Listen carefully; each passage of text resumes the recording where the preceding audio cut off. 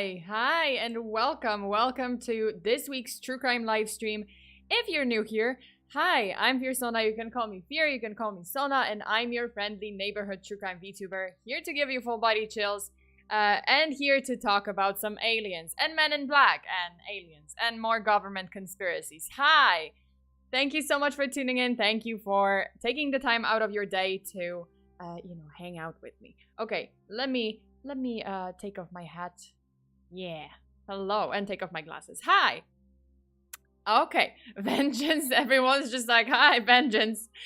But yeah, if you saw the intro to the stream, the starting screen, that was actually a trailer to my debut stream that happened on the 4th. So that was yesterday. If you want to check it out, I talked a little bit about my new character, my new design, and some more, and some about some plans for the future, about some stuff that I have on Patreon, the new stuff that I have on Patreon, so you can check it out.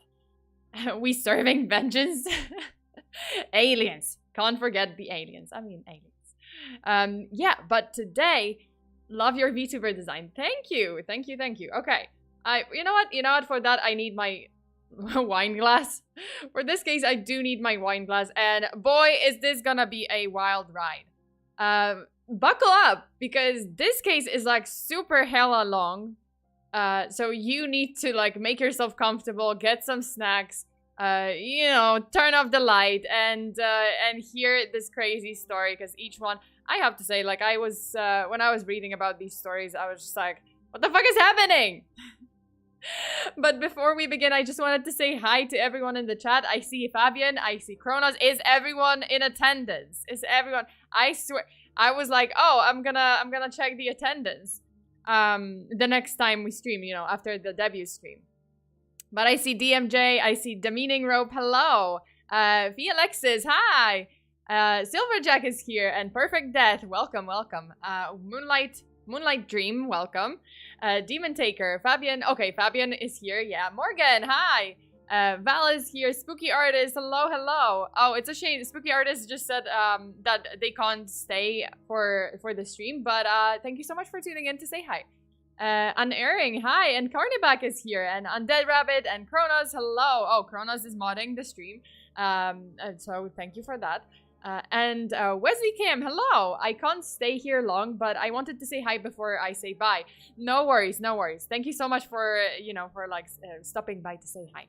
And Roy the Goat Man, I have pizza. Well, that's surely, definitely a good idea for this stream. You will need, also, although you might need something stronger than pizza. And Ketsuya, I see Ketsuya, I can see Fluffy Pink Chaos, hello, welcome. The John Active, 220 Kanan.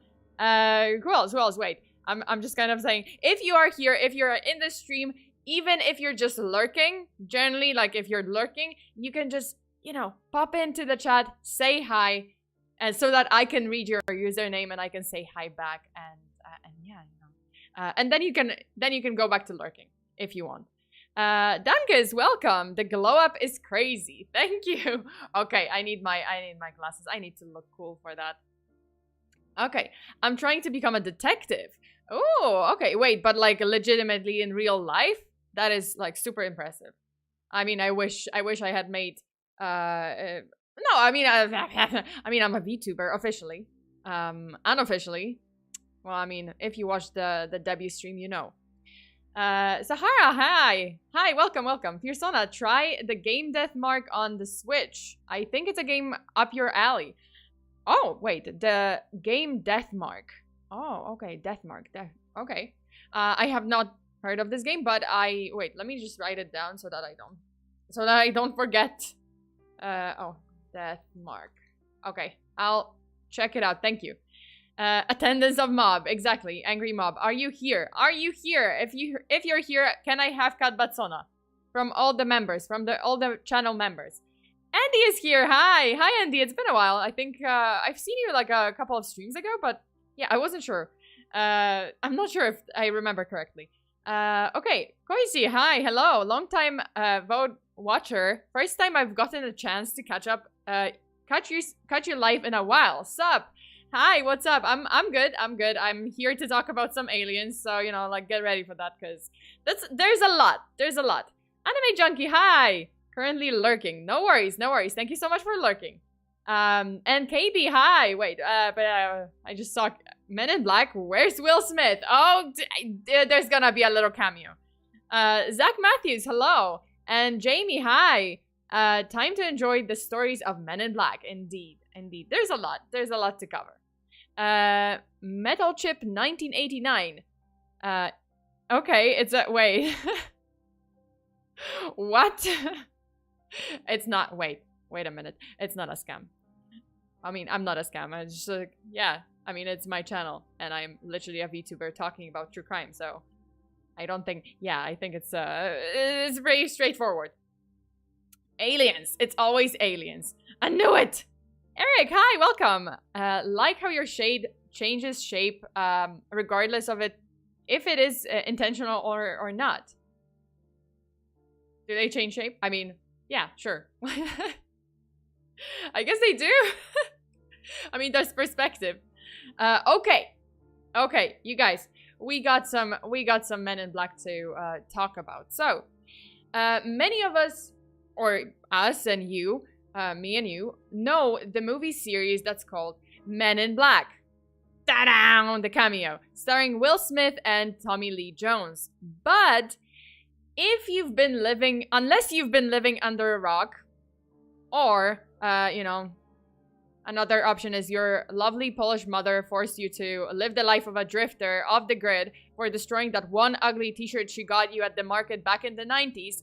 Not that I know from experience. I mean, if you know this story, you know. That's one of the stories that I covered on my Storytime streams.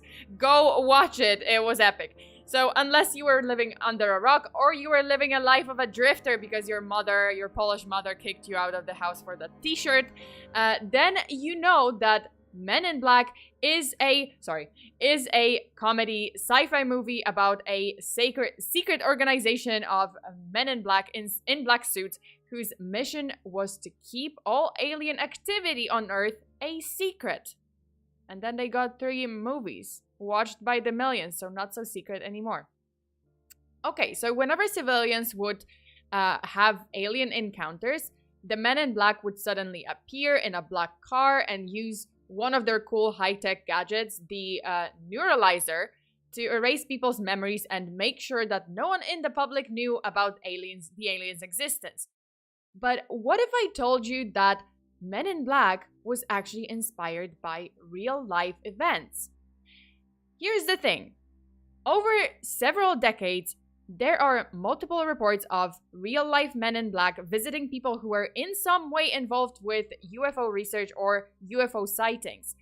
Many reported that the mysterious man had strange features that didn't look human, and some others seemed to have supernatural abilities. Like the secret agents in the movie, these real Men in Black would also try to silence people who had seen UFOs and would particularly target UFO researchers, which are called ufologists. So are these reports of Men in Black real, or are they just hoaxes? If the Men in Black are real, then who are they and why are they trying to hide the truth about aliens and the UFOs? So today, we're going to investigate the top 10 cases of real-life MIB encounters and attempt to discover if the truth is really out there. And this is the story of the Men in Black. Okay. Whoa, their faces look weird. Oh boy, you have no idea. You have no idea. We're like at the beginning of this case. I have 10 encounters, and each one, I kid you not, it's getting weirder and weirder. And the look and the demeanor of the Men in Black is just like evolving in each case and into some crazy shit. IDK Bacon, thank you so much for the donation. Glad we're talking about Johnny Cash today. Okay. Anyway, let's go to number 10. So number 10 is the Mori Island incident. Oh, hello. That's many me. That's we got a donation. Anyway, so in the summer of 1947, Harold Dahl, a marine scavenger from Tacoma, Washington, was on a patrol boat close to the shore of the Mori Island Bay. He was accompanied by 2 other workmen, as well as his son, like, you know, little kid, and his dog. And when it was around 2 p.m., he looked up in the sky and saw 6 large donut-shaped objects. Suddenly, one of the flying objects seemed to be in distress and started shooting out a large amount of debris that Dahl described as looking like large white sheets of newspapers. However, those were not white sheets of newspapers. They were actually lightweight metal, which started to fall down onto the surface. Some of these metal sheets crashed onto the boat and injured his son and instantly killed his dog, to which I say, no, doggo! Okay, now this is fucking personal. How dare them aliens come to our planet and kill doggos? Like, humans, fine, whatever. But the moment you kill a pupper, we have a fucking problem. You know, we have an intergalactic war, is what it is. And I tell you. Ah, doggo! When I read this, I was just like, oh, hell no. Hell no. What? I know! Ah, doggo. Poor doggo. So doggo died. We're starting off at the, you know, great foot. Just like the right foot. Not the dog. I know, right? It's just like, how fucking dare you? Like, whatever. Like, humans, okay, we get injured every day. But dogs did nothing. You know, we are not, like, we're not innocent. Dogs, very innocent. No, not the dog! Only this donut doesn't have chocolate. Yeah, I mean, those are not the type of donuts that you would like to eat. Doggo, how dare they? The audacity.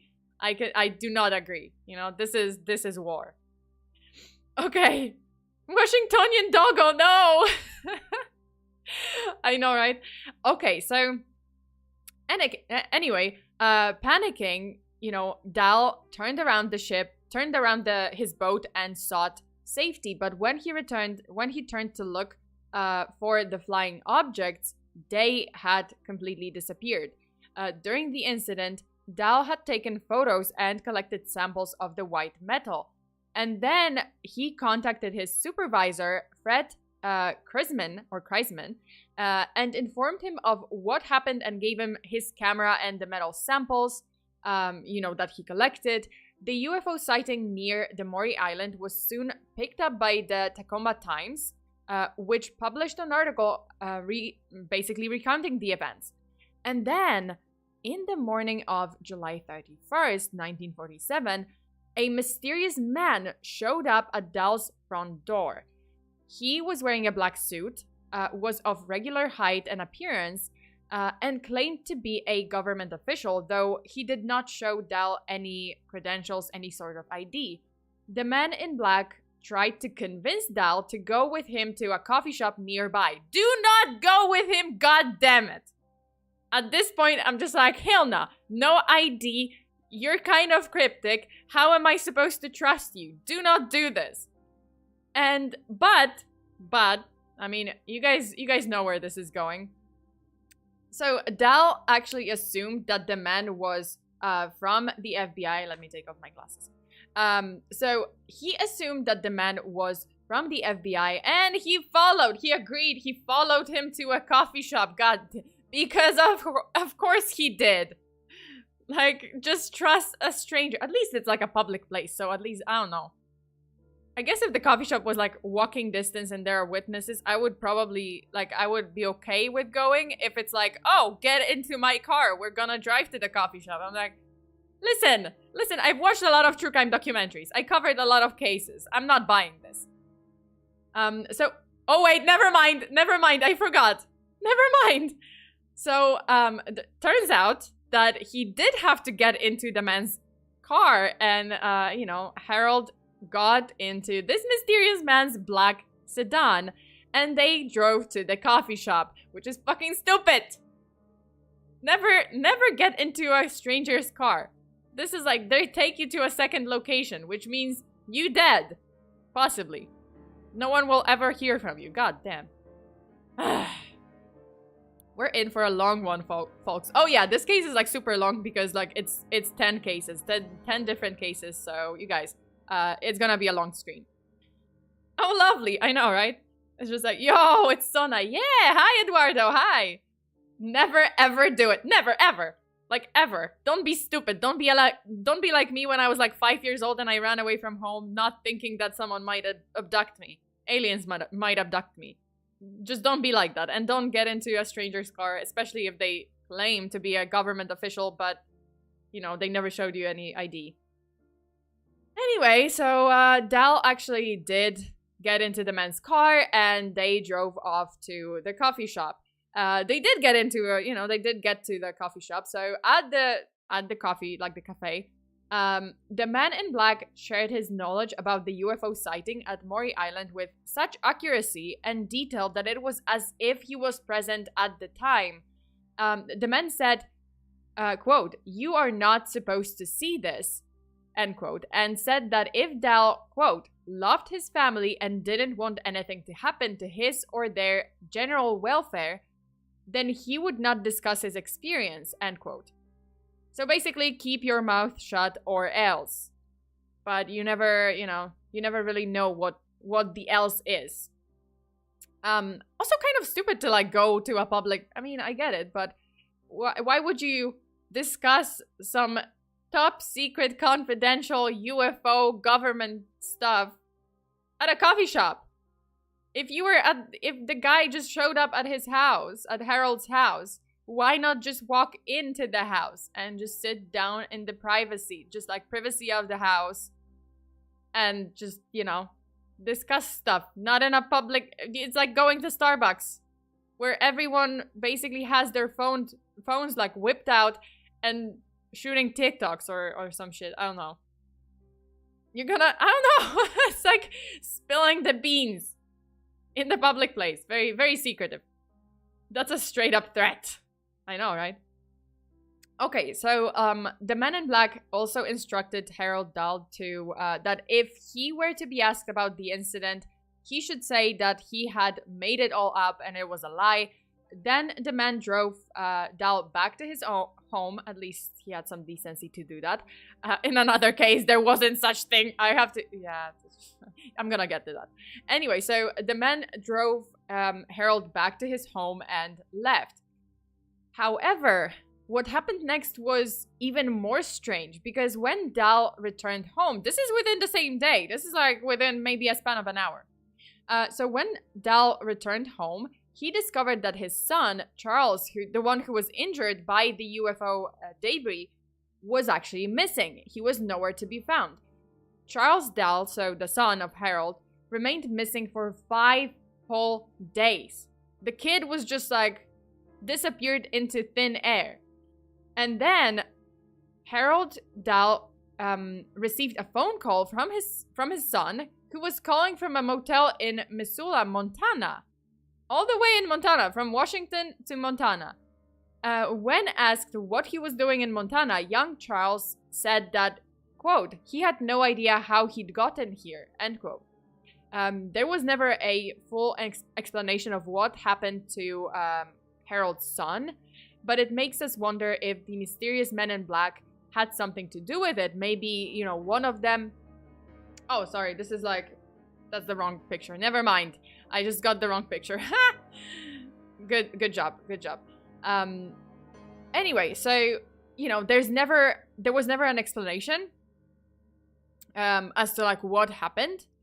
And yeah, like possibly, one of the men in black maybe like distracted Harold. That's why that's why they take it like he took him to a coffee shop, so that maybe like if Charlie was at home, like the other agents could kidnap him and I don't know, like drop him off in Montana, because for whatever fucking reason, to like threaten Harold, show him that, we can actually swiftly abduct your family and just you will never find them if we so wish.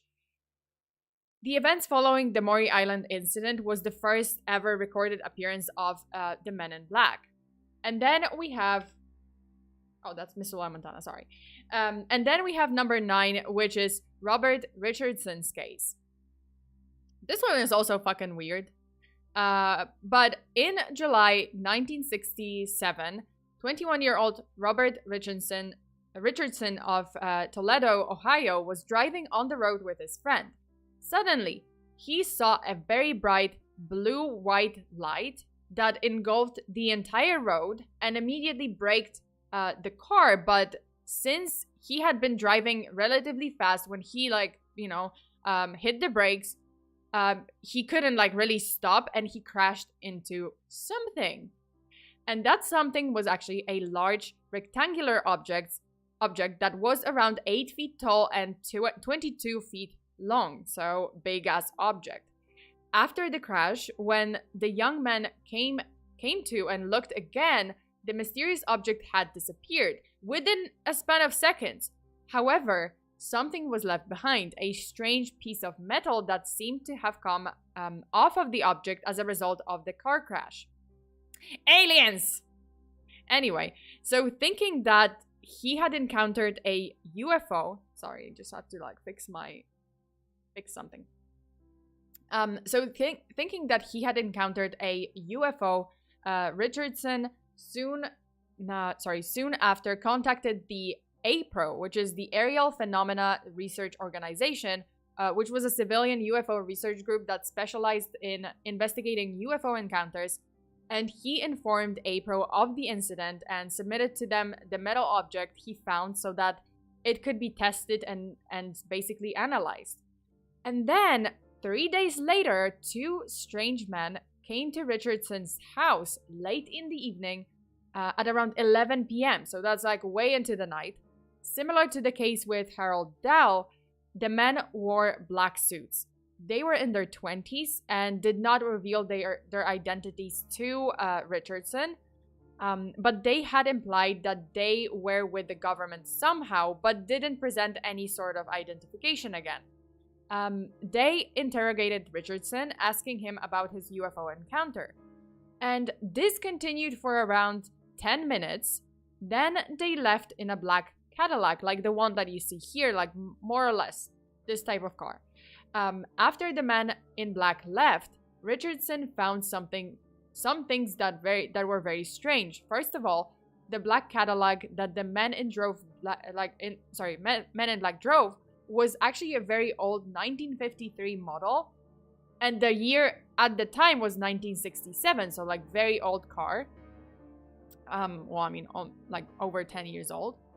But it seemed to be in a totally brand new condition, so completely brand new, shiny, even though it was super old. Secondly, the plate number on the car, when Richardson had it checked, it appeared to be completely fake. And then that was not all. That was not everything.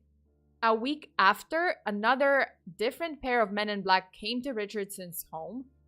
This time, the men drove a more current model Dodge car. And both men had a darker... That's why I say Asian men in black in this slide, because they apparently had a darker olive-skinned complexion and possibly had Asian features from what Richardson said. Well, this was not this would not seem weird today.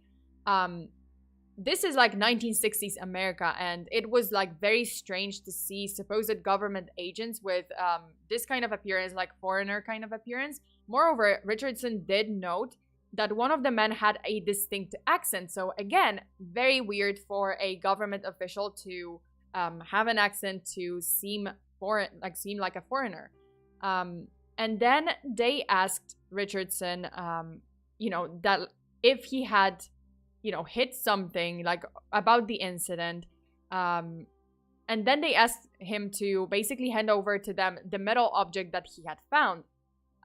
Richardson was shocked. The only people who knew about the metal object and the incident were the friend who was with him at the accident, his wife, and the senior members of the Aykroyd who he had been in contact with. So he had no idea how these men would have known about this whole thing. Richardson responded that he had already handed the metal object to Aykroyd for testing. So the Aerial Phenomena Research Organization.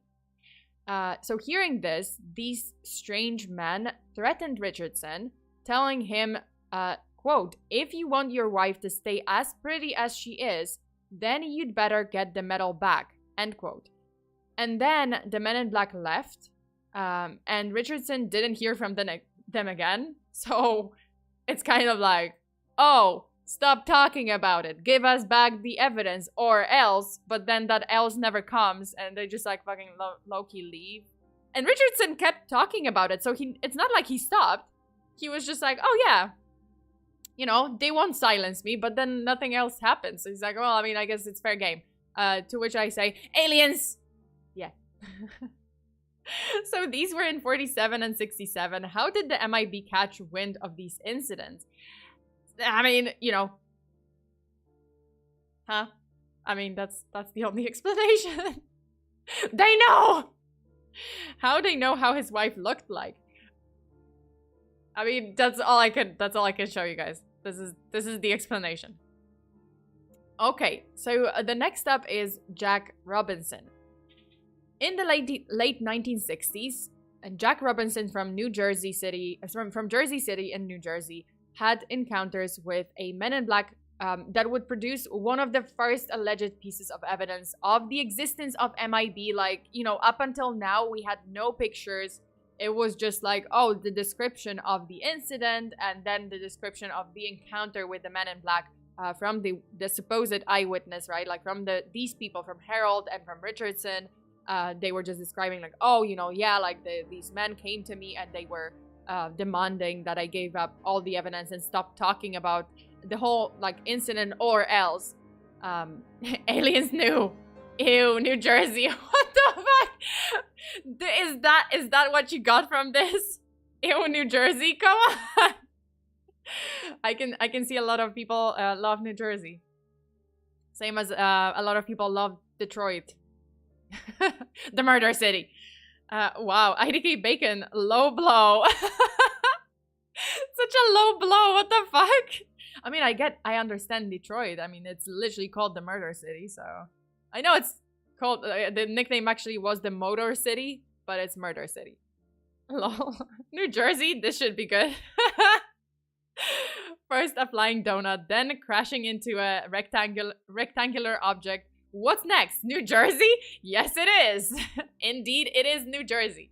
Okay, so Jack Robinson in New Jersey had encounters with Men in Black, and, you know, it was the first time that we have an actual evidence, which I'm gonna get to. But Robinson was, unsurprisingly, a UFO researcher, had an extensive library of books regarding UFOs in his home, and was even the secretary for the National UFO Conference.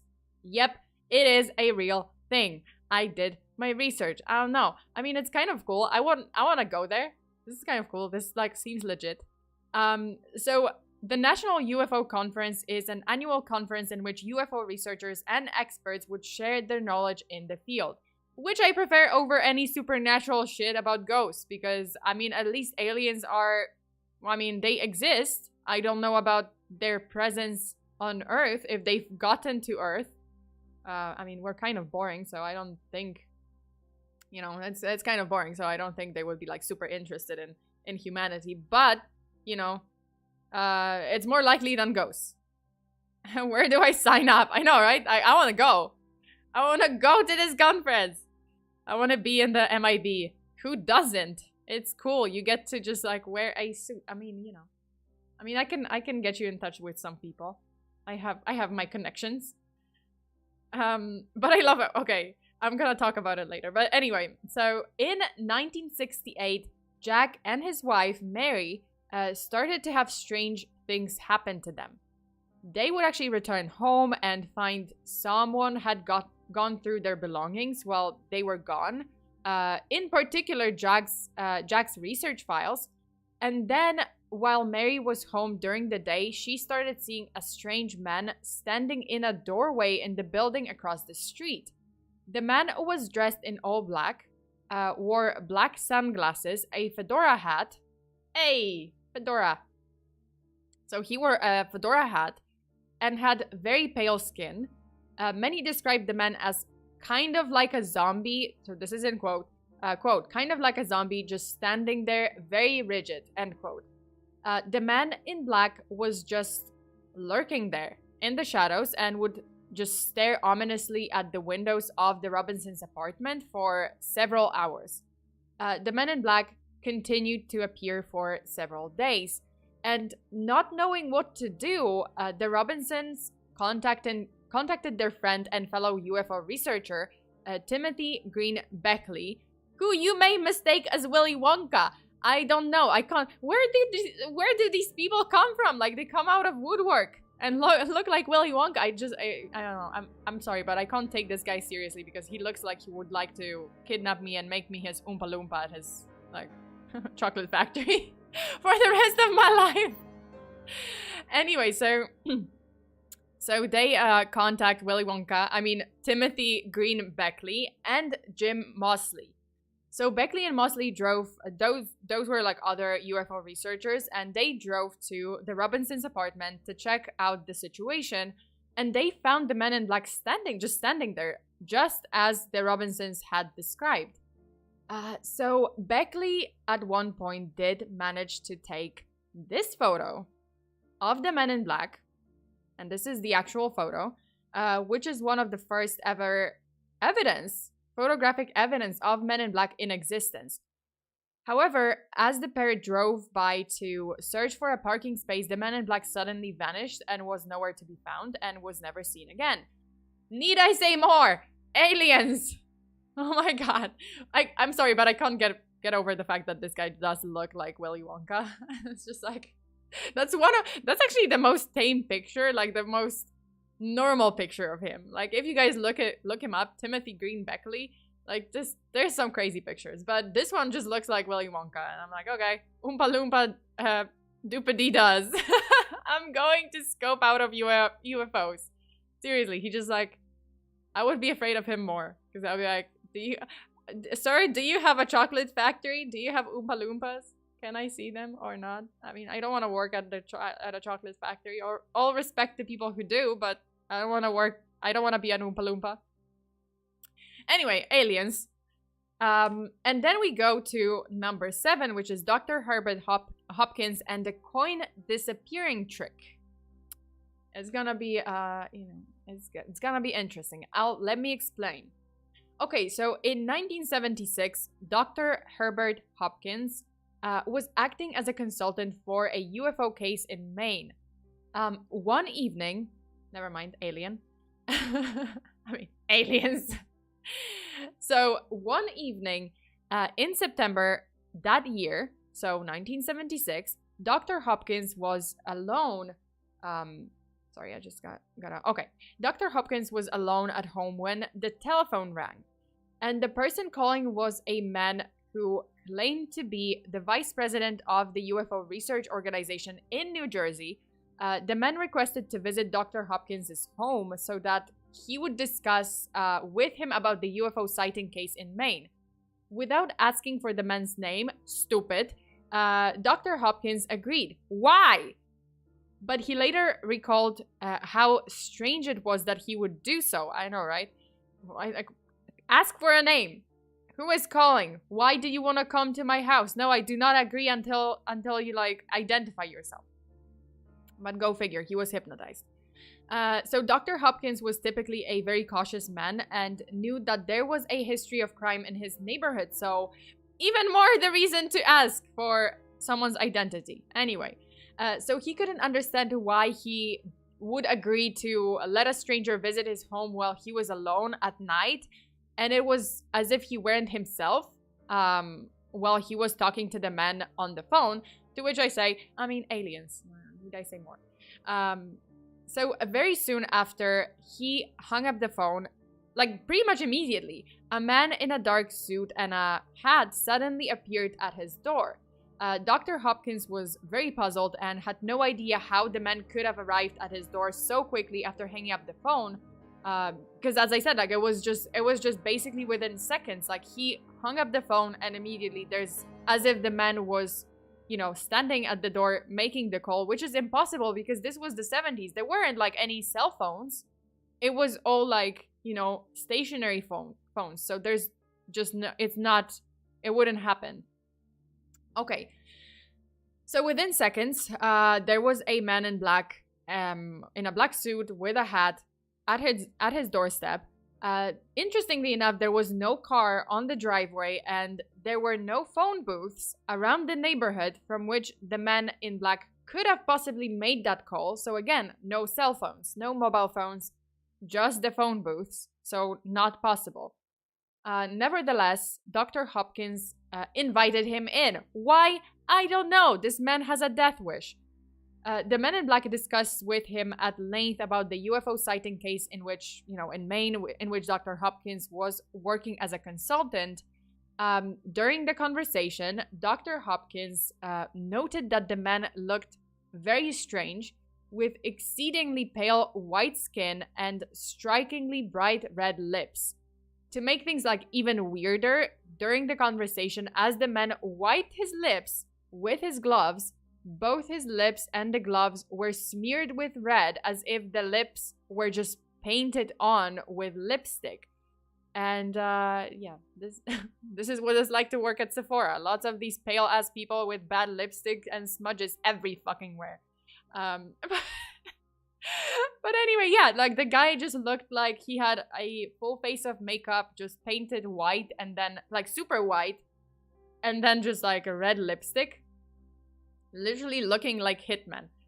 Or like, I don't know, combination of Slenderman and with red lipstick and Joker. Agent 47. Agent 47 has arrived. The alien put lipstick on to blend in with humans. I know, right? But it just kind of didn't look very natural. Strange clothes, hat, pale skin. Come in. Come in. Want some coffee? I know, right? Like all those people are just like, oh, can you tell me your name? Can you identify yourself? No. But I'm with the government. Let me in. Or get into my car. Let's go to the coffee shop. I'll be like, sure, why not? Seems very safe. Seems legit. Seems super safe, legit. I'm definitely not gonna die and end up in, you know, my body never found. Anyway, so the situation only became more and more bizarre as they were talking. So after the man had finished asking about the UFO sighting, he said that Dr. Hopkins had 2 coins in his pocket. Yes, I was confused, very confused at this point. Anyway, so surprised, Dr. Hopkins checked his pockets, and lo and behold, there were 2 coins, just as the man said. Then the man asked Dr. Hopkins to take out one of the coins. He complied and held out the coin in the palm of his hand. Suddenly, the coin seemed to change into a silver color, then started to fade out, and then completely disappeared from his hand. The man in black then said cryptically, quote, "Neither you nor anyone else on this planet will ever see that coin again." Just hint, hint, threat. I'm gonna disintegrate you if you do not comply. Then he randomly asked Dr. Hopkins if he knew about a person named Barney Hill. So Barney Hill was a man who claimed that he and his wife had been abducted by a UFO in 1961, so more than 10 years earlier. Dr. Hopkins replied that he knew about Barney Hill and said that he had heard that Hill had died of a heart attack not long ago. Hint, hint, it wasn't a heart attack. So to his surprise, the man in black corrected him, saying that Barney Hill died because, quote, "he didn't have a heart. Just like you no longer have a coin." Holy shit, they, disintegrated the heart. They disintegrated Barney's heart. God damn. Crazy. Okay, so then the man in black told Dr. Hopkins to destroy, all the materials he had related to the UFO case in Maine. Suddenly, the man started to talk very slowly and kind of robotically, then stood up and said this: "My energy is running low." must go now, goodbye. Super, super strange. The man then stood up and left the house, walked around the corner and disappeared. Like, literally disappeared. Dr. Hopkins claims that as the man disappeared, there was for a moment, a bright blue/white light. Very similar to other cases. Well, shit. Time to unbury the axe. Okay, and after this case, don't bury your axes. Do not bury your hatchets or axes or haxes, whatever you have. Just like, you know, just keep them. Anyway, so the man just disappeared in a flash of blue-eyed light. Aliens. So Dr. Hopkins was frightened by what had happened. Heeding the MIB's advice, he pulled out of the main UFO case and burned all of his files and tapes regarding the case, everything. He got rid of it. And afterwards, he would never see the Men in Black again. So again, it was kind of a case of, oh, you know, burn everything and get rid of everything or else. And, you know, that at least like this time, the guy actually complied. But the other people just kept talking and it just like never happened. Nothing ever happened. But okay. Where's my sword? So did they do an autopsy on this Barney Hill? Honestly, I don't know. It just doesn't, there wasn't like more information. It was just this account of like, oh, you know, Dr. Hopkins saying like, this is what the Men in Black said. And this Barney Hill, like he just, you know, he just had a heart attack or something. And yeah, the Men in Black just claiming like, oh, no, that wasn't a heart attack. That was, you know, his heart ceasing to exist. Anyway, so up next, I heard your humor. What? Well, I mean, not in front of, don't say that in front of Men in Black, because you will not have a heart to heart anything. Robot aliens, yeah, beep boop.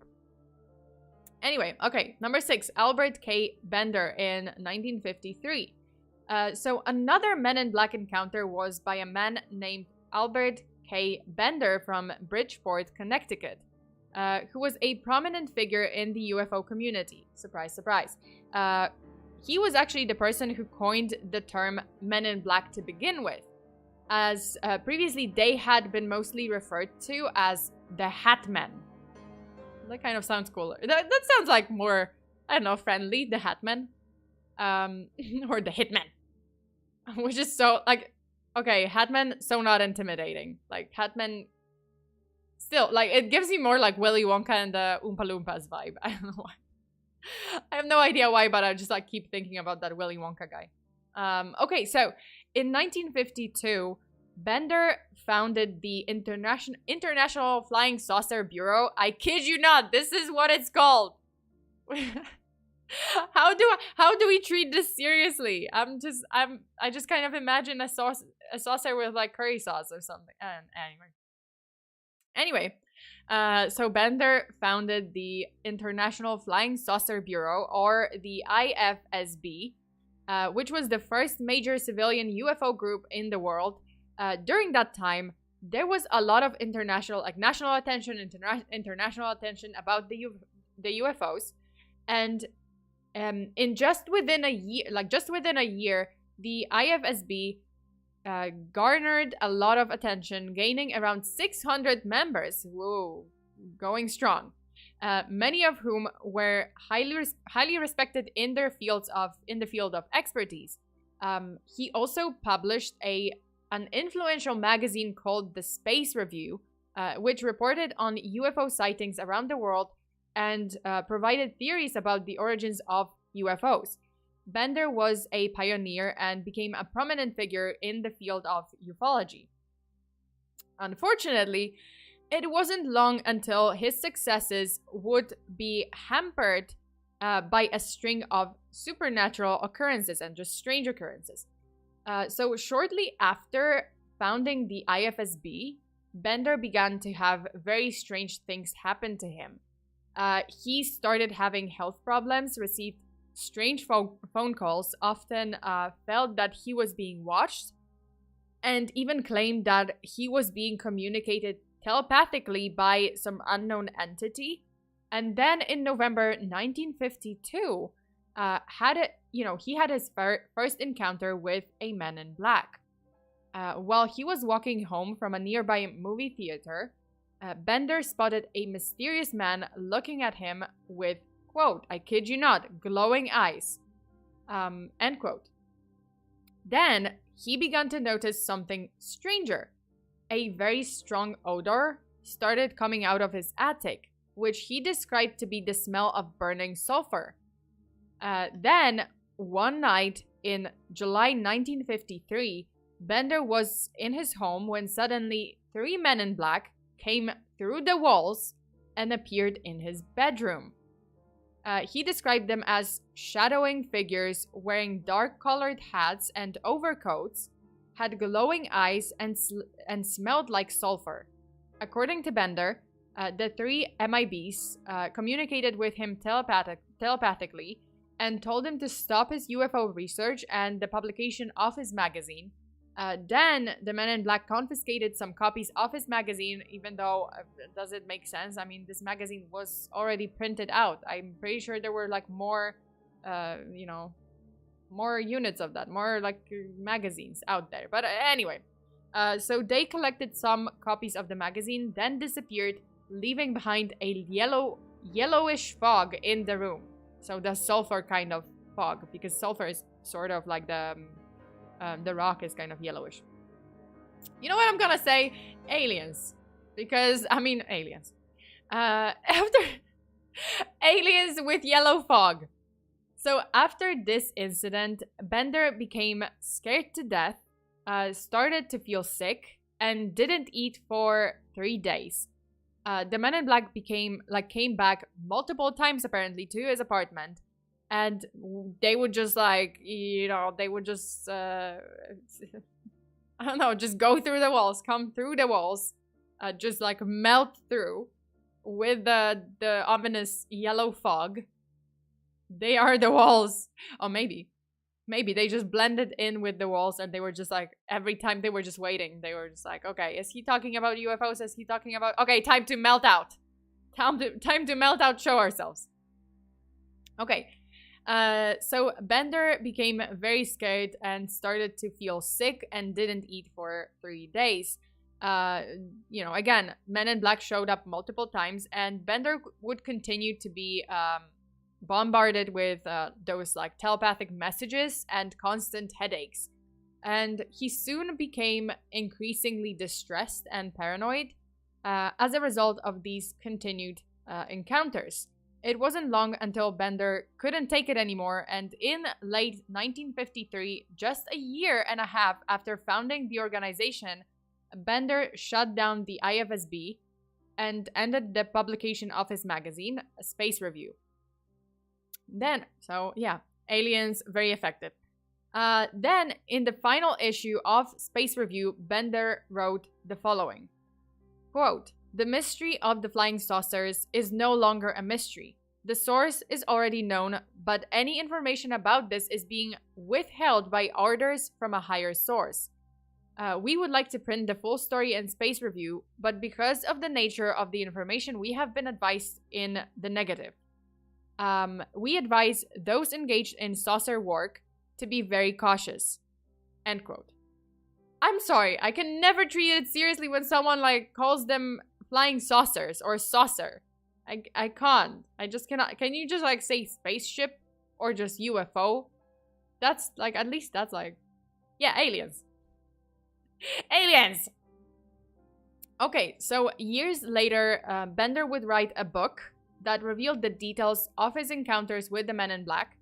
And then he even produced a sketch of the Men in Black, shown in the photo.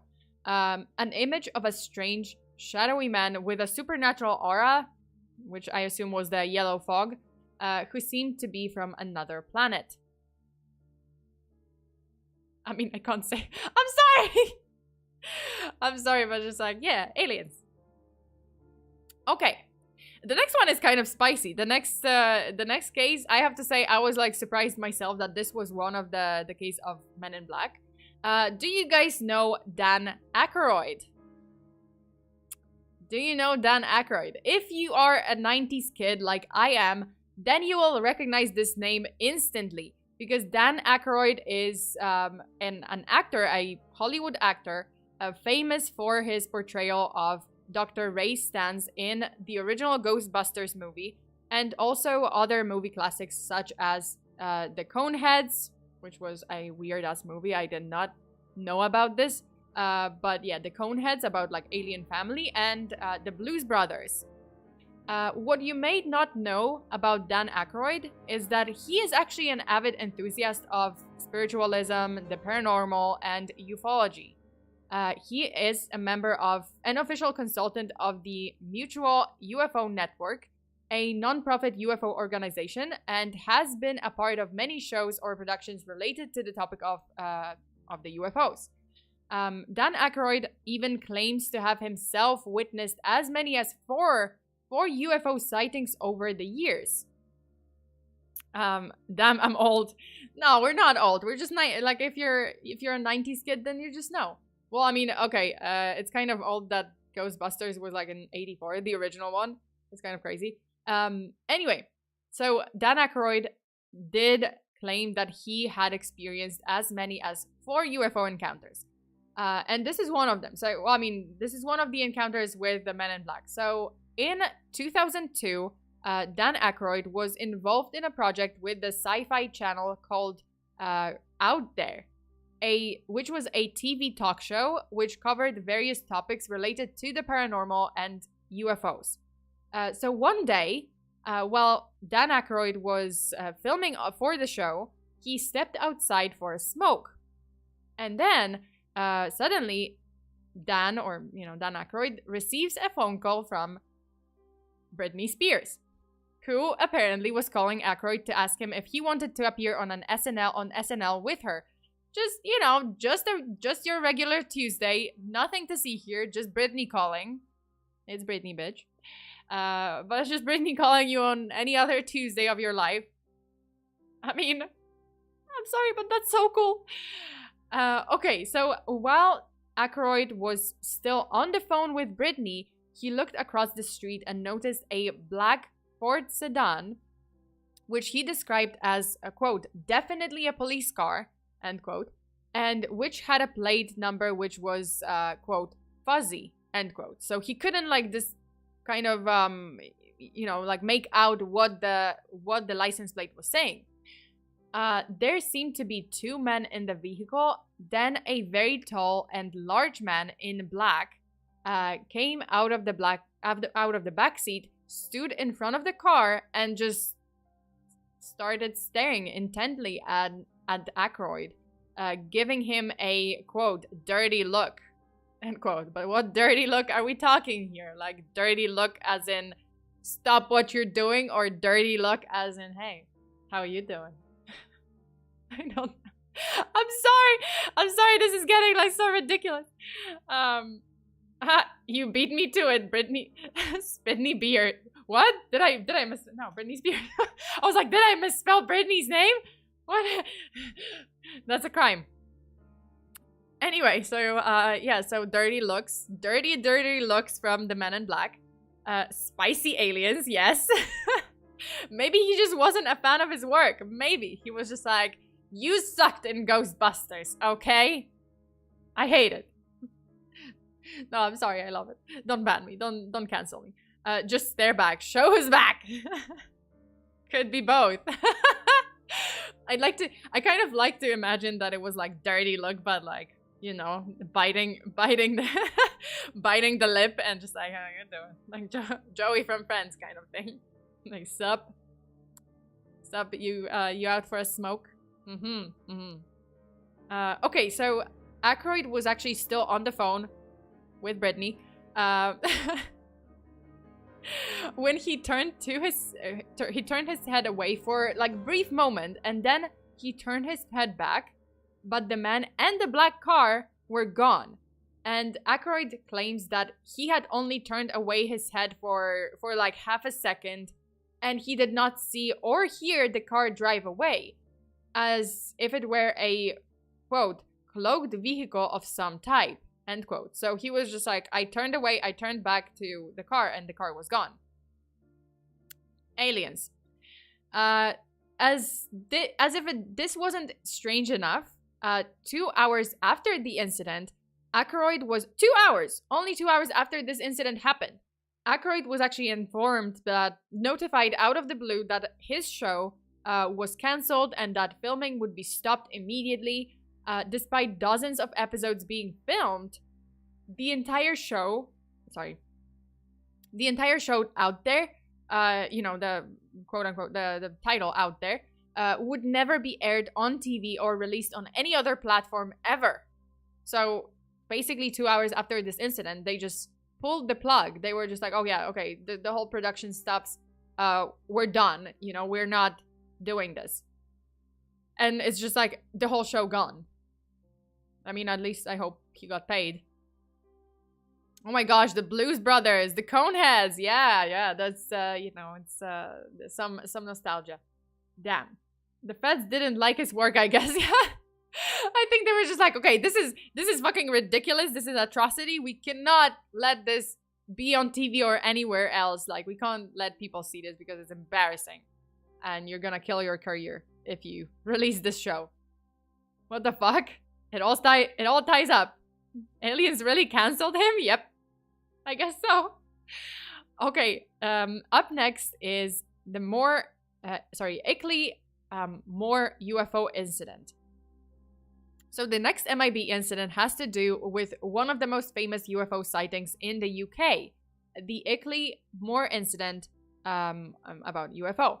So in December 1987, retired police officer Philip Spencer was taking a walk around Ilkley Moor, a tourist attraction in Yorkshire, which is very close to Sheffield. Hey. If you know, you know. Again. So, okay. So he brought his camera along as he hoped to take some nice pictures of the moor because it's a very scenic district. It's very close to the Peak District National Park, which is like right next to Sheffield in South Yorkshire. And this one was another kind of scenic area. So, again, he brought his camera. He wanted to just take pictures of the area. It's very nice. And as he was walking, he heard a humming sound, which sounded like an aircraft, but not quite. And as he looked around, he saw at a distance what he claimed to be a 4-foot-tall green creature. So Spencer called out to the creature, which waved him off, then turned around to run. Spencer quickly took this photo of the creature, and that's the only photo that we have. The photo of the alleged alien is very blurry and doesn't really seem to look like much. But Spencer describes the creature as having pointed ears, big eyes, had no nose, and 3 big fingers that were like sausages, so they were like very thick. Spencer attempted to catch up with the creature, but it had run off and was nowhere to be seen. Then Spencer claims that he saw 2 silver saucers rise up from the moor and fly up into the clouds. Suspecting that he had encountered a UFO, Spencer got in touch with UFO researchers and handed his photo of the green alien to be examined by several experts. Okay, so however, the strange incident didn't end there. So this wasn't the only incident that he encountered. One evening in January 1988, Spencer heard a knock on his door, and 2 mysterious men showed up at his doorstep. The men were middle-aged and, quote, dressed smartly in business suits, end quote. They presented Spencer their ID cards from the UK Ministry of Defence, which showed the names Jefferson and Davis. The 2 men then asked Spencer about his UFO encounter and seemed to know a lot of details about what had happened. Again, like with Harold Dahl, they kind of seemed to know exactly what happened, as if they were there, even though they weren't, supposedly. Aliens. So this puzzled Spencer, since he had only told the UFO researchers about this incident and hadn't really told anyone else. To make things even weirder, the two men in black acted very, very oddly. They were very interested in... I kid you not, you can't make this shit up.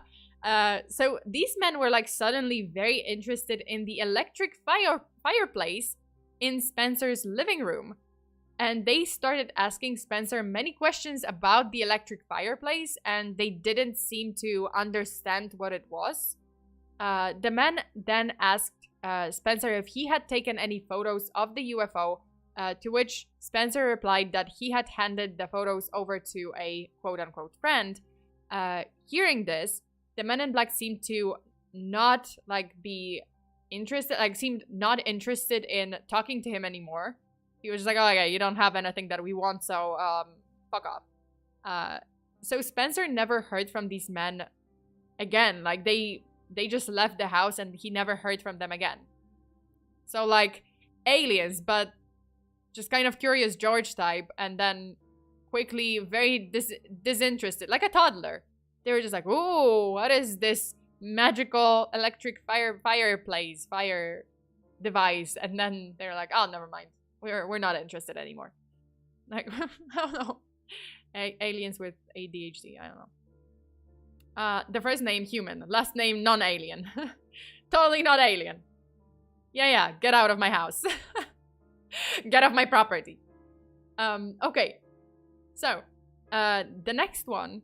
This is the end of this case. Like, by the way, this is the end of this part. Like, it's just like, oh, they came over, they asked a bunch of questions, got interested in an electric fireplace, and then they were just like, okay, I mean, you don't have the photo, bye. Just bye. I want a laser gun. They took the fireplace. No information about that, okay? They didn't take the fireplace. Seems like the fireplace was okay. Where's my ray gun, aliens? I love how you got all this together. Thank you. Well, I mean, it's like a lot of, it's a lot of interesting stuff. There's like a couple of others. There's 3 more cases. Okay. Oh, sorry, I have to sneeze. Okay. Alright, I'm good. Okay. So they just asked about a fireplace. Yeah, they just like stepped in. They're like, oh, we're here about that. Whoa. What is that? Electric fireplace. Whoa. Okay, never mind. We're going. Like, they just like kind of asked, but then kind of forgot, and then they just left. So, yeah. Bless you. Thank you. Sona ray gun when? In the making. After this case, oh my god. I need a laser gun. Blaster. Aliens. Hi, I am alien. Here is my ID. What is that? What is that? Points at fireplace. Why'd you mute? Because I didn't want to sneeze into the microphone. Okay. Bless you. Thanks. Thank you. Okay, so the next one is John Keel. So John Keel is one of the most renowned and influential authors of ufology. So another person who is connected to UFOs and like UFO research. He wrote several articles and books related to UFOs, strange mysteries, and the supernatural. And his most famous book being The Mothman Prophecies, which documents... I'm sorry, but I can't take this seriously. Oh my god. Apparently there's also a movie based on this book. So I know what I'm watching tonight.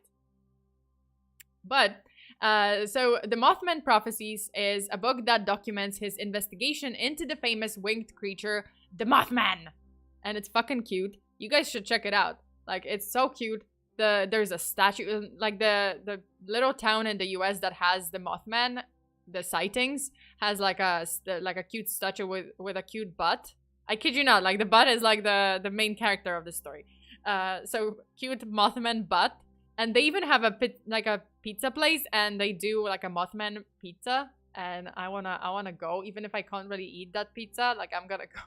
I wanna go and order. I wanna go there and like order a Mothman pizza. You guys, we have to make this happen. We have to, I gotta make this happen, like, with this channel. As the channel grows, I swear, I'm gonna stream from that place. The man, the legend, Mothman. Sonawick. Hi, Gustavo. Okay, so the Mothman is real. I watched the movie, that's for sure, a documentary. Well, there is a movie, there is a documentary, so Moth Pizza sounds sus. No, it's the Mothman Pizza, come on. There's a difference, okay? Mothman Pizza. It's fucking cute. Oh man, I read a lot about the Mothman. Yeah, it's another case that I wanna cover. Eventually, I'm gonna cover it here on this channel. Like, if you guys wanna hear about this case, just leave a comment. Leave a comment saying I. Under this video, leave a comment and just say I. And I will know what's going on. But yeah, I would like to cover the Mothman case anyway. And I also wanna go to the Mothman town, cause it's fucking great. And I wanna take a picture in front of the Mothman statue with but like not the front. I wanna take a picture from the back where the butt is. I swear to God, I'm gonna go there and I'm gonna just like take a picture with the butt. The Mothman. I. Yeah. I. But like pirate eyes, or like AY. I. Or AYE? I don't fucking know. Damn right, I want one, but you take your time first. Yeah. Sona sees Mothman like, why are you double cheeked up on a Thursday afternoon? You guys really look up that statue. Look up the statue of a Mothman and just like type in the butt. Mothman butt. And it's there. It's out there. This is a thing. I'm not making shit up. True crime. Mothman cakes featuring Mothman butt. Mothman butt is real. You can go the Mothman town in Fallout. Oh, to the Mothman town in Fallout 76. Oh, I gotta check it out. No, but I wanna go in real life. I wanna go out there in real world. Touch some grass. Touch that butt. That Mothman butt. Sounded bad, but like I wanna touch the Mothman's butt. So that just wants the Mothman's butt. Confirmed. Affirmative. Okay. Leonardo da Vinci's Mothman. That is a work of art. Whoever made that statue is a true artist. Mothman thick? Oh yeah. Oh yeah, the butt is thick. There's some thick butt energy. Okay, I said butt so many times. Clip that! Affirmative. I wanna touch Mothman's butt. It's not, I swear to God, it's not a fetish. I just like that statue. I just like the butt. Okay. Anyway, so he wrote this book, and over the years, John Keel had investigated and reported on a plethora of Men in Black encounters by various people. In fact, he is credited as being the one who popularized the term Men in Black, not invented. You know, that was the, you know, another one of the UFO crazies, Albert K. Bender. He was the one who, like, coined the term Men in Black, but this guy, he actually popularized it with his books, with his like research. So Keel is widely recognized as the person who coined the acronym MIB. John Keel also claimed to have seen the MIB's, MIB phenomenon himself. In January 1969, John Keel was watching President Nixon's inauguration on TV. When he saw 3 men in black. I mean, I know it's hard to kind of believe because, like, looking at this picture, like, I was looking at this picture, I'm just like, huh. Very, very specific. Very easy to find. Men in black, where, like, literally everyone is sitting in a black suit. But, you know, besides the point. Anyway, so he... claimed that during the Nixon inauguration on television, he saw 3 men in black that were kind of out of place. So this is his, in his words, his encounter with the men in black. Quote, I was very interested to notice 3 men in black suits, looking very much like our classical men in black sitting together a few rows from the front, right behind Nixon when he gave his address. Every time the television cameras shot Nixon from a particular angle, I could see these 3 men. They seemed out of place, Of course, they could have been ambassadors from Vietnam or something. So again, like the Asian sort of features. I wondered afterward if my imagination had been running away from me. I got a hold of all the magazines I could find with pictures of the inauguration, and I went over them with a magnifying glass, but I could not find those three guys. Yet, I had seen them very clearly on television. End quote. So, John Keel would continue to research the document, document MIB phenomenon. Throughout his research, he found many striking connections between all the accounts of Men in Black encounters. Here are kind of excerpts of an article he wrote in 1969. Quote, "There are several different types of MIBs. One group appears to be more psychic or hallucinatory than real.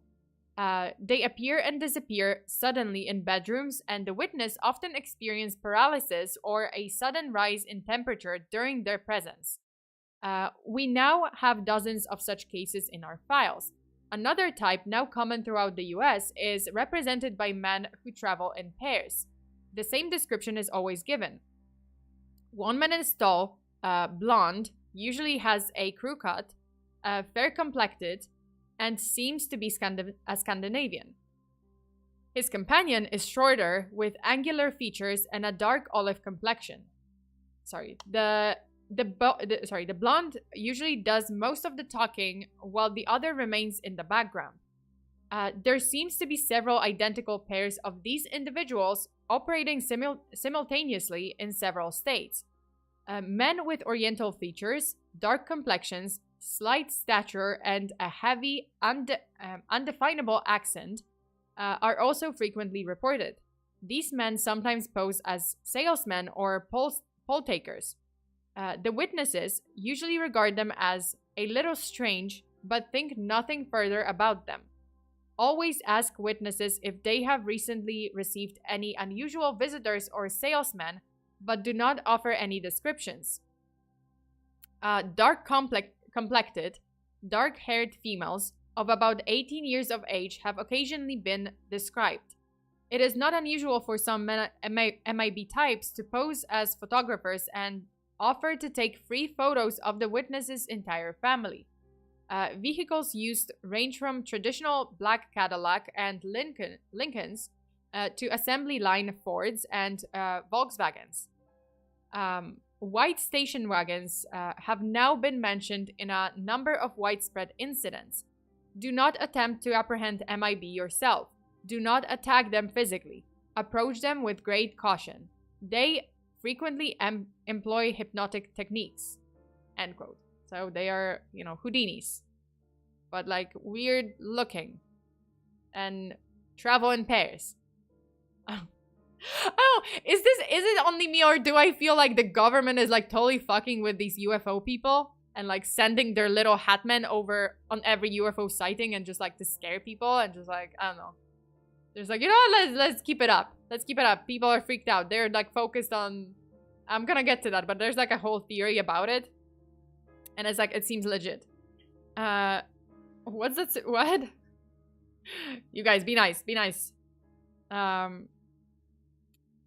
Hey. Okay, you guys, be nice. Okay, so the next one is the Solway Firth Spaceman photo. And this one is very interesting. That's like one of the most like famous cases. And I think so not seriously. Like the government is just like, oh, let's send the agents. You know what? Like people have gotten used to it. Or maybe they found like a pair of agents that just like have this particular look. And they just like freak people out. And they were like, you know what? You guys are gonna be our like the MIB face. And just we're gonna send you on every mission. Just like go to every encounter. I bet they were lol. I would just like totally fuck with people. It's great. Like the more I think about it, I'm just like, yeah, the government guys are just having fun with this. Okay, so the next case is the Solway Firth Spaceman photo. In the next MIB encounter case, so in this case, we return to the UK, where MIBs appeared following one of the most famous alien encounters, which occurred in Cumbria, a region in the northwest of the UK. In May 1964, and this is the area, Jim Templeton, a fireman and amateur photographer from Carlisle, was on a family outing in the Solway Firth, which is like this bay, this whole bay. I do not have the exact location, but yeah, this is like kind of where it happened.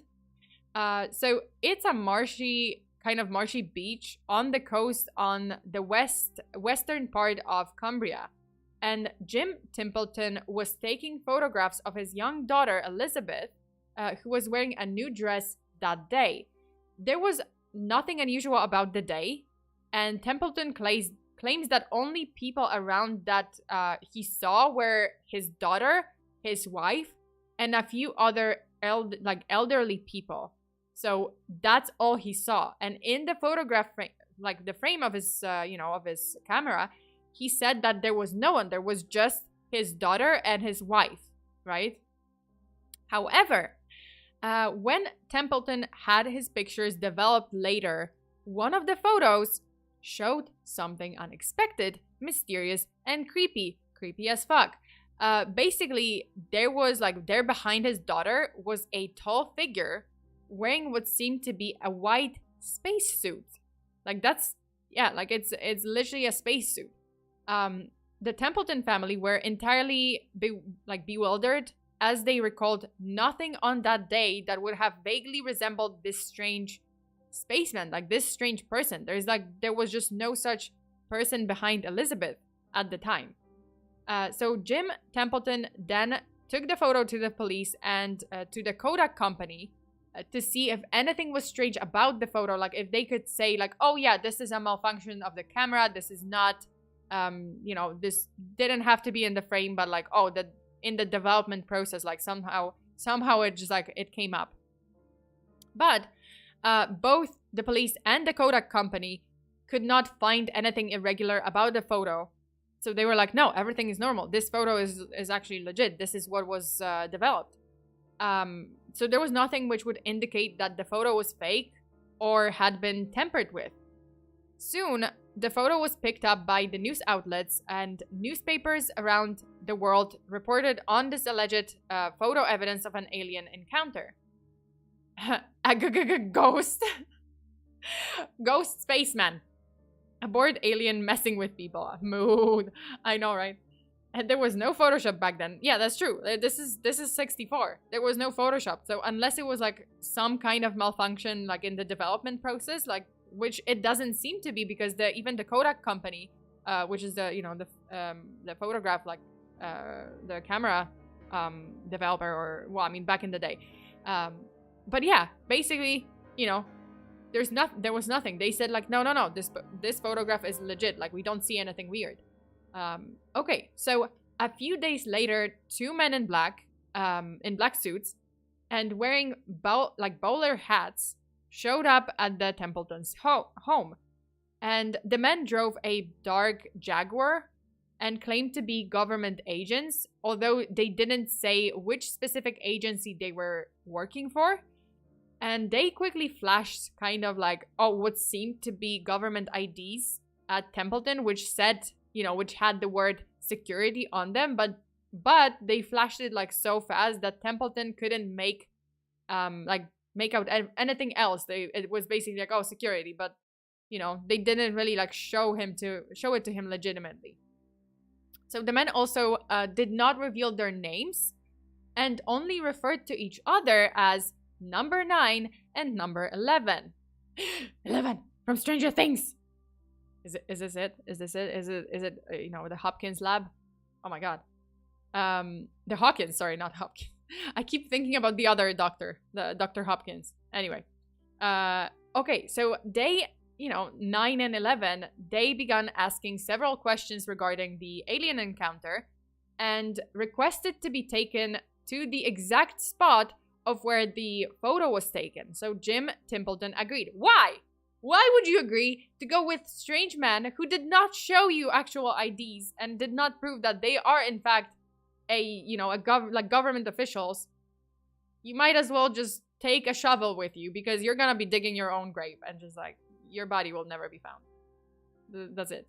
No one's ever gonna find you. Like, do not ever do this, please. You guys, please stay safe out there. Like, if someone like just like flashes their ID and says like, oh, security or government officials, CIA, I'll be like, yeah, hell no. I'm not going anywhere with you, okay? You like, okay, stay here, stay right here. I'm just gonna ring up the police and we're gonna solve this. 9 and 11, very suspicious. 9/11, Illuminati confirmed. Oh my god. Oh yeah, 9/11. Oh shit. Okay. Wow. Anyway, so as I said, I don't know why, but Templeton got into the Jaguar. I don't know. You might as well just, as I said, like might as well just grab a shovel while you're at it and just, you know, dig your own grave. But they drove to the location, the exact location, so to the beach and where Templeton 2 had taken the picture. When they arrived at the spot, the men in black started to ask strange and cryptic questions. Things like, what were the weather conditions of that day?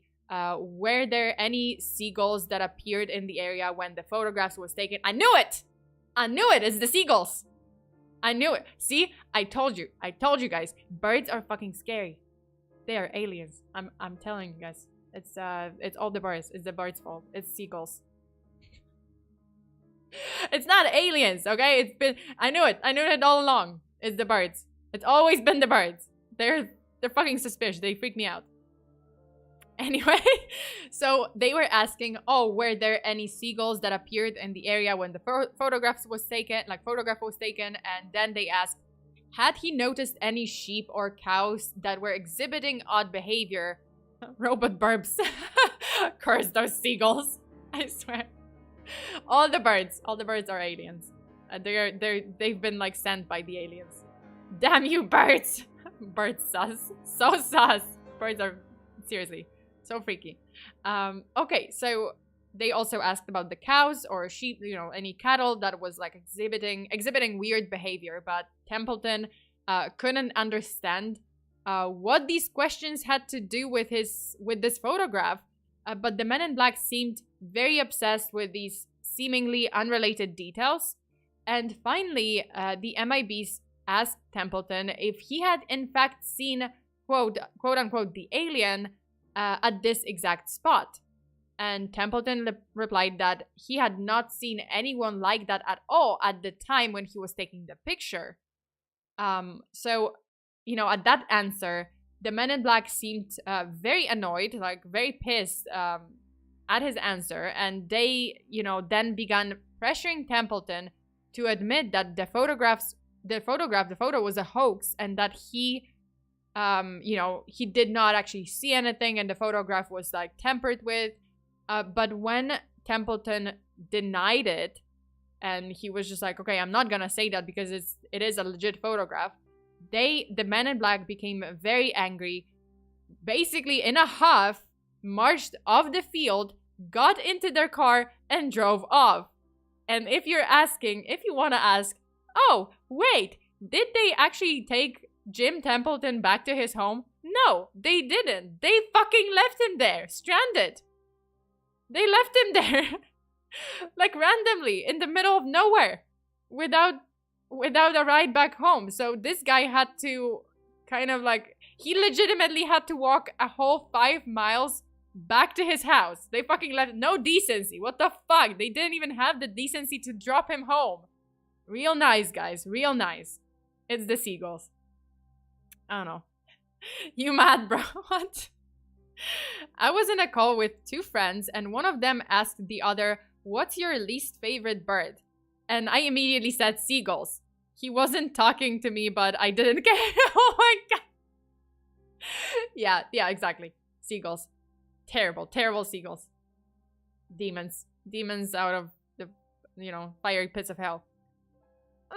Lol, they just ditched him. Yeah, like seriously, they brought him out to like nowhere, middle of nowhere, and then they just like ditched him. They were just like, huh, okay, we're gonna go. Like, not even say that. They're just like in a huff, just became huffy puffy and just got into the car and drove off. And the guy was just like you know, I could imagine he just had like a John Travolta moment. He was just like, what the fuck? Like, what am I supposed to do now? Like, what's happening? Anyway, so he, you know, had a little walk back to his house. And after this strange incident, Templeton never heard back from the Men in Black again. So it was just another... I love how it's like always kind of like, oh, you know, stop talking about it or else. But then nothing happens besides like them leaving you in the middle of nowhere. But just like nothing ever happens. Ah, man, that's so... Yeah. It's been a while. How is everyone? Hi, Naz. Hi, how's it going? And 5 miles is a lot to walk. He had a lot to think about, okay? He needed that walk. Maybe that's what they thought. They were just like, you know what? You go on and think about what you said. You take that walk and think about what you said to us. I love how it's just like straight up, just like, oh yeah, you know, you think about what you said, what you did. Think of what you did. Okay. So we have the last one. The last case. Leaves what? Refuses to elaborate. Damn. Okay, so the last case is Shane Sovar. On October 14th, 2008, Shane Sovar, a manager of the Sheraton Fallsview Hotel in Niagara Falls, Ontario in Canada, claimed to have witnessed a black triangle-shaped UFO near his hotel.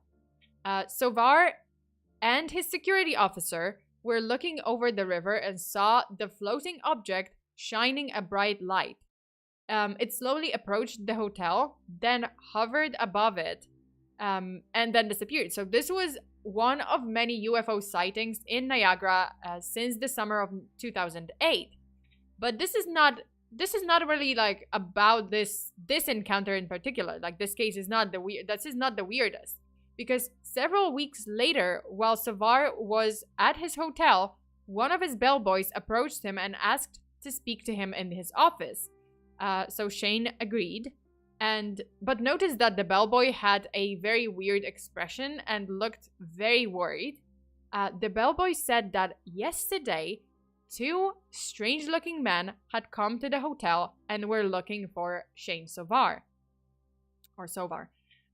They were unusually tall.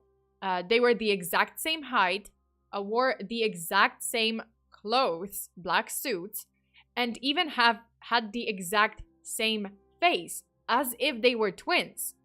Both of those men wore black suits, black trench coats, and fedora hats, and they were extremely pale looking.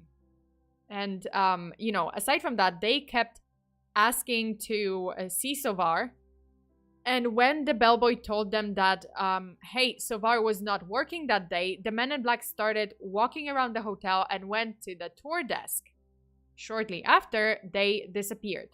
Then Sovar spoke to a female employee who worked at the tour desk.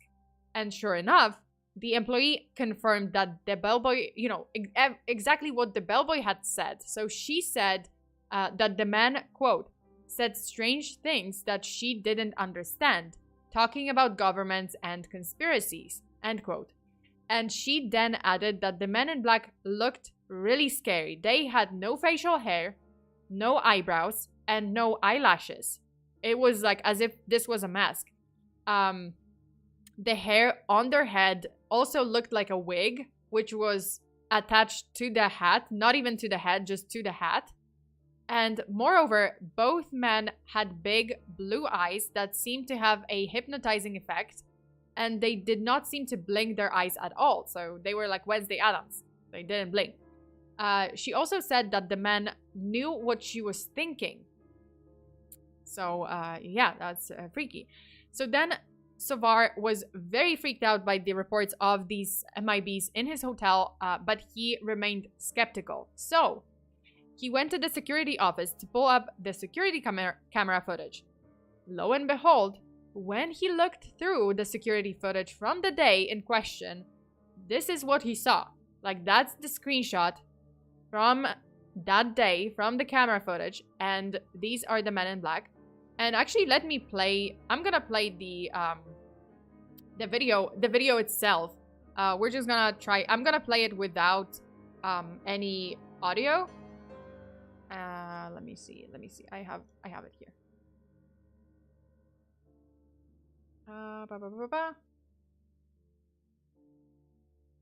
Okay. So I'm gonna show you guys like the video now.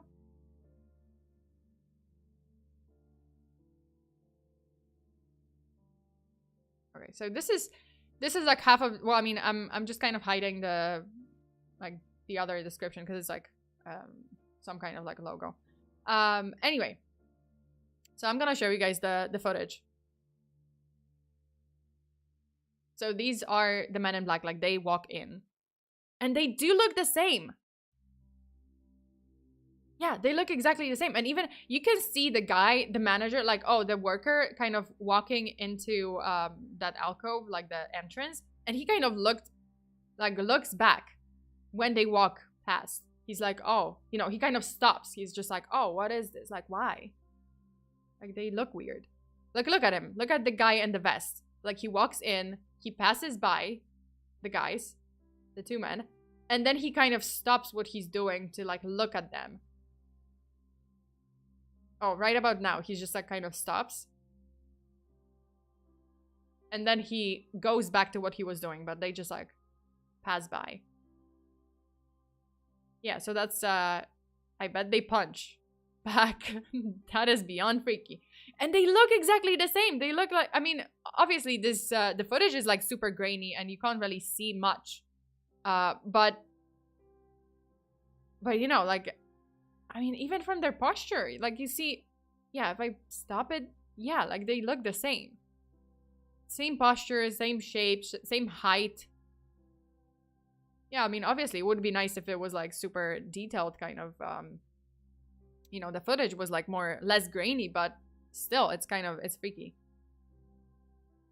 They have an unnatural walk and look about them. Yeah, like they kind of like, even walking, even if the footage is kind of cut up and it just, you know, it's not exactly smooth, like they look weird, like when they walk. I bet the jackets are oversized, so you can't get a good read on their size. That's true. Like, yeah, it kind of looks like, yeah, like their coats, it kind of looks like the shoulders are like super wide, like super broad shoulders, which is kind of weird. So I don't know, that's, yeah, kind of looks weird. Okay, but going back to the case, let me, okay, yeah, so, you know, like Savar obviously very freaked out. He saw these guys, you know, the footage, and you know, when he looked through the footage, he saw these guys, and he's just like, okay, that's weird. However, the strange occurrences didn't end there. It wasn't the only strange thing that happened, because for the next couple of weeks, Savar claimed that paranormal things started to occur around his house. Toys in his house would go off randomly for no apparent reason. His wife would actually hear footsteps in the house when no one else was, you know, in the building.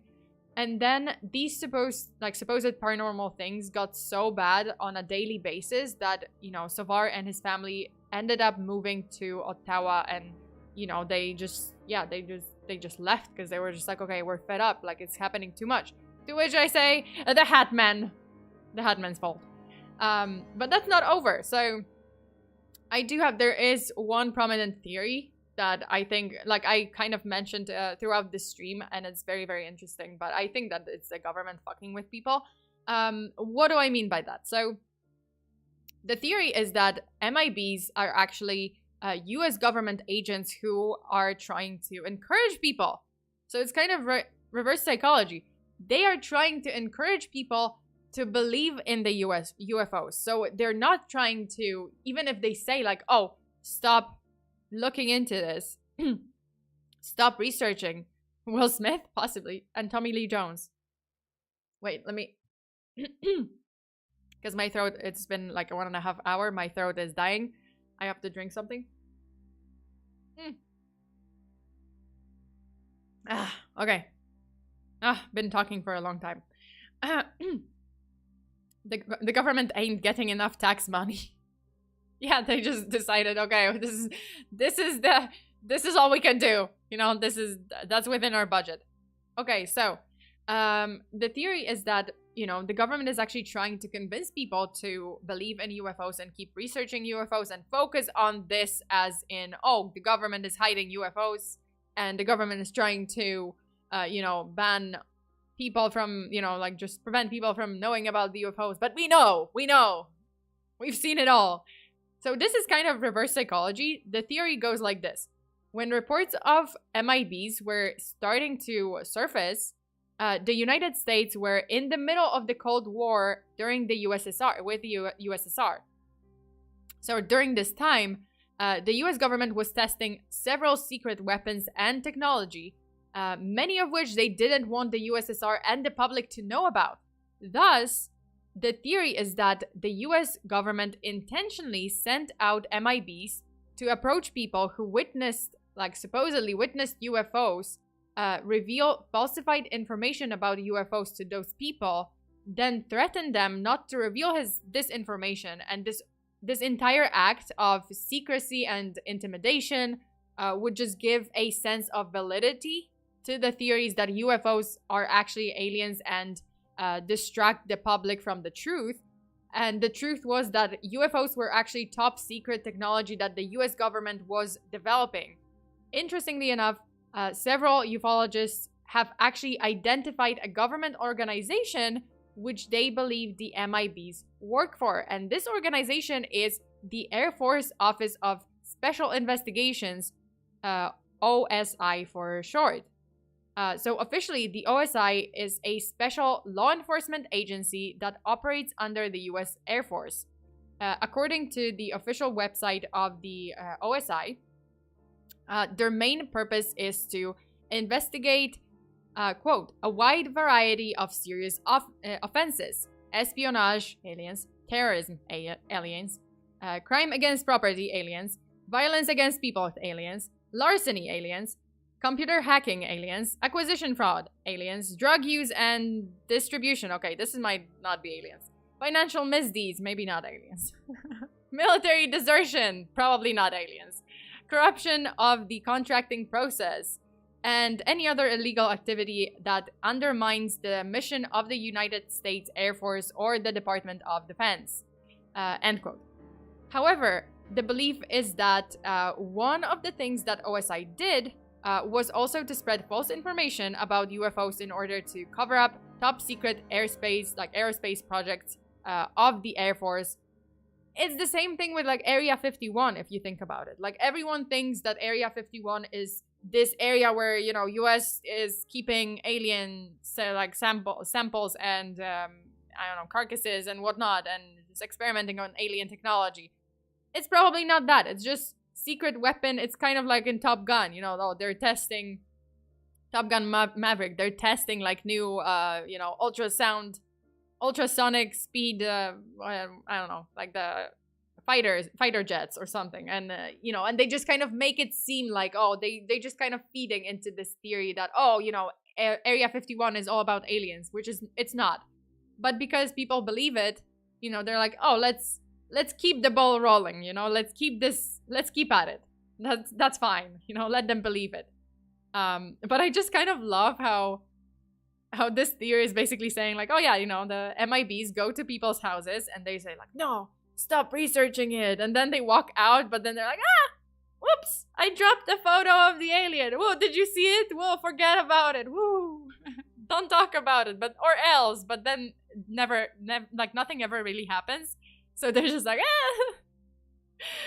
Oh, I remember the raid post. Oh yeah, you know, when people were trying to raid Area 51 and like Naruto run, and like not many people showed up.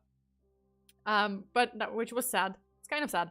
But yeah, you know, essentially, you know, that's exactly it. Like, I think that Area 51 is kind of similar thing. Like, the government just is feeding into this fantasy of like, oh yeah, it's all aliens, UFOs, but actually it is, you know, kind of secret weapon, like new technology that's, you know, they don't want other countries like Russia, like China, like North Korea, like whoever is like, could have something against the US, right?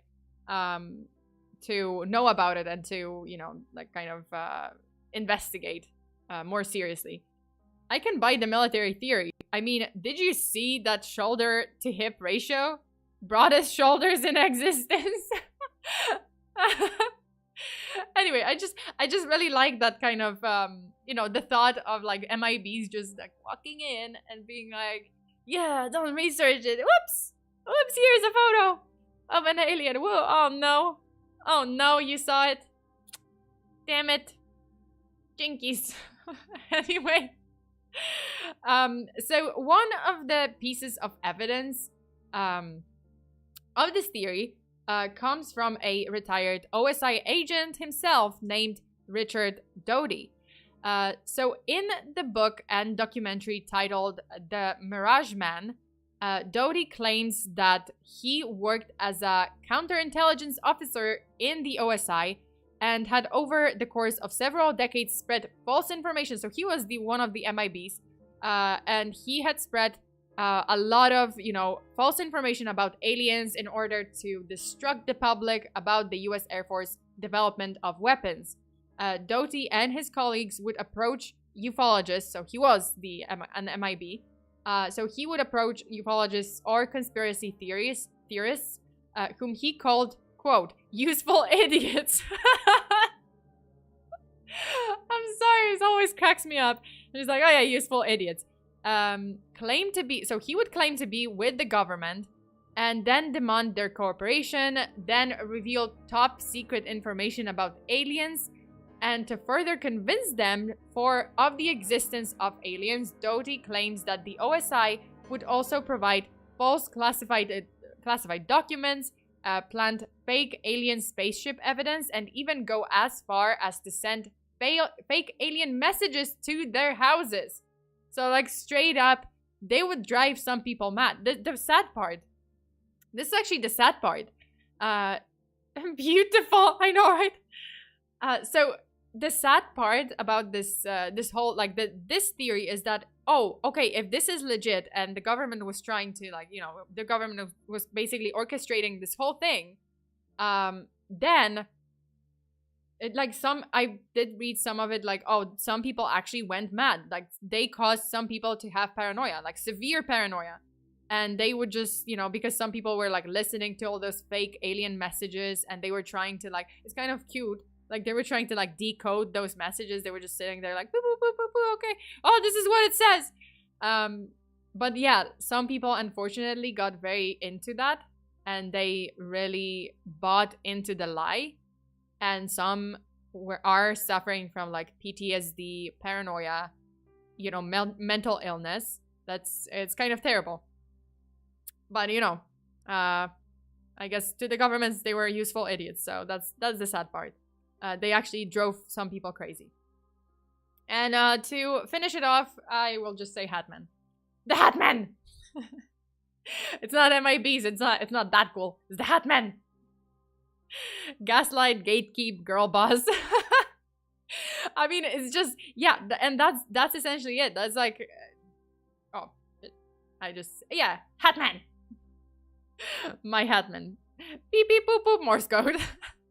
Yeah, I guess that's the sad part. Like, they straight up just drove some people crazy. And yeah, the Hatman. Here come the men in black. Galaxy Defenders, or whatever it's the lyrics, however the lyrics goes. Dang, Sona, I ain't sleeping tonight. Okay, Cronus says NASA also announced that unidentified anomalous phenomena team. Oh, what? Oh, I didn't know about that.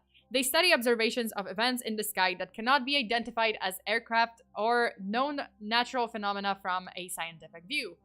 Yeah, I wonder if this is like another one of those, like, kind of, you know, kind of like, oh, play into their fantasy and like, let's distract them? Is it like another one of those like, oh, you know, UFO, I don't know, like masquerade, and just like, oh, distraction, kind of diversion masquerade. But okay, this was amazing. Can't wait to tell people at school tomorrow. Please do share the video if you like the content. Share, like this content, hit that like button, hit that notification button to be notified whenever I show up in my dark corner of the internet, and subscribe. Yeah. And whatever else it is that YouTubers are saying nowadays. What am I supposed to say? I guess that's it. But yeah, I really like the fact that straight up, you know, they would just like come to people's houses and just be like, whoops, like, oh, you know, give us all your evidence. Whoops, oh no, I dropped the picture. Oh no, the new picture of an alien. Oh no. But okay, so that's it. Let me just wear my glasses. Yeah. So that's it. I need my wine. I need to drink something. I was rewatching Monster today. It seems every single guy in the show has their wife leave them somehow, or their parents sick or kids lost. What? So sad. Okay, that's sad. Can't wait to see you again, Sona. Great stream as always. Thank you. And you guys, I hope you enjoyed the video. I hope you enjoyed the stream. Wait, Dorothy says, oh, that reminds me. I was reading before tuning in that a NASA worker in Houston was visited by the MIB after encountering a gargoyle. Possibly. I didn't, like, I dug up the most popular cases, so I definitely missed a lot of them because there is a lot of them. So you guys, if you're interested in more, I encourage you to look it up. But you know, just take it with a grain of salt. You know, it is probably just kind of a distraction strategy. But yeah, absolutely, this stream is hilarious. There's just so much, you know, there's just so much to take in about the MIBs, and just, you know, you can treat it however you like. I just like to think, oh, you know, that's it's kind of they're kind of funny hat men. Okay, you guys, let me just put on my hat. So again, thank you so much for tuning into this stream. Thank you so much for hanging out today. Stay safe out there. Just a reminder, let me just actually show you guys the next week's schedule. Let's see what's gonna happen, because I did have it here. Where do I have it? Where do I have it? I think I didn't. Oh. Okay, let's look at this week's schedule. Yeah. Okay, so what do we have this week? This week we have on Monday I have a day off because I need some field work, some time to do some field work.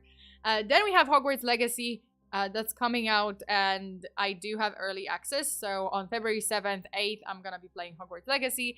Then we're gonna be playing Fuck This Game, which is a series in which I play like infuriating games that are gonna drive me crazy. No need for the US government to drive me crazy. Those games will do the job just fine. So I will play a couple of games that I'm gonna swear at a lot. So if you guys wanna see me rage, come to the stream on Thursday. Then we will have a true crime stream on Friday on Patreon. Then I have a true crime stream on Sunday. So regular time, Sunday, 7 p.m. Pacific time. Also true crime here on YouTube. And what else? Oh yeah, and if you wanna, you know, I've just released members only mobile and PC wallpapers with my character's artwork. One is a maid outfit, and the other one is kind of not safe for work lingerie outfit. So if you are interested in some nice mobile and PC wallpapers, phone and PC wallpapers, go to my Patreon, and they are there, you know, for members. And obviously on Patreon we have additional streams, bonus true crime streams, drunk history streams, which is a Patreon exclusive series, and more, and hangouts and everything, and just more ridiculous things, because I do stupid shit even there. Here and there, everywhere. Okay, you guys, thank you so much. Stay safe out there. Always lock your doors and windows. Bury your hexes unless it's MIBs and aliens. And until the next time. Bye.